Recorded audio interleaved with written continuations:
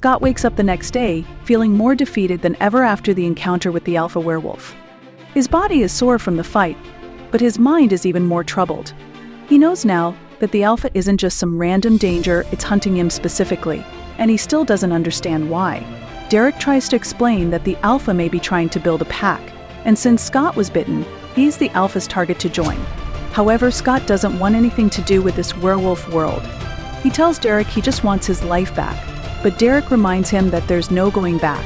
Scott has to learn how to survive in this new reality, or he and the people he loves will be in constant danger. Oh no! At school, things are no better for Scott. His relationships with his friends are getting more complicated. He tries to keep his distance from Allison, worried that being too close to her will put her in danger, especially with her father being a werewolf hunter. Stiles notices how isolated Scott is becoming and tries to cheer him up, suggesting that they spend some time together to take Scott's mind off his problems.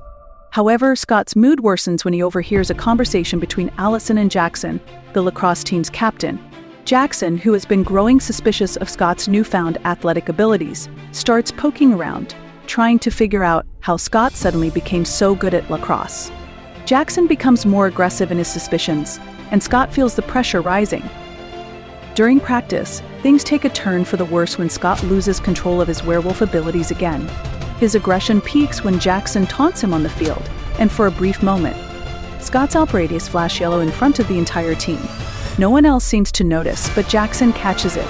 Scott quickly runs off the field before anything worse happens, but Jackson is now more convinced than ever that something strange is going on with Scott.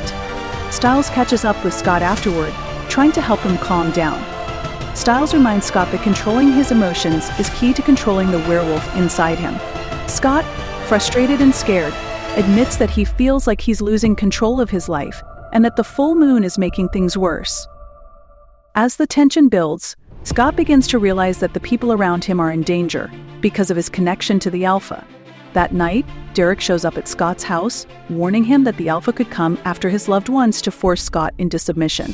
Derek reveals more about his past, how his family was destroyed by hunters, and that the alpha might be using Scott to take revenge on them. This revelation shakes Scott to his core. He suddenly sees the bigger picture and understands that being a werewolf is more than just about his own struggles. It's a dangerous world with enemies everywhere, and Scott has been dragged into it without a choice. In a tense final act, the alpha strikes again, this time targeting Stiles. Scott senses that something is wrong when Stiles doesn't answer his calls, and he rushes to find his friend. He tracks Stiles to an abandoned warehouse on the edge of town, where the alpha is waiting.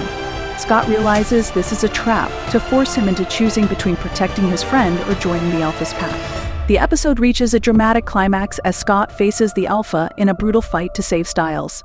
With Derek's help, Scott manages to fend off the alpha once again, but the encounter leaves Scott even more shouting.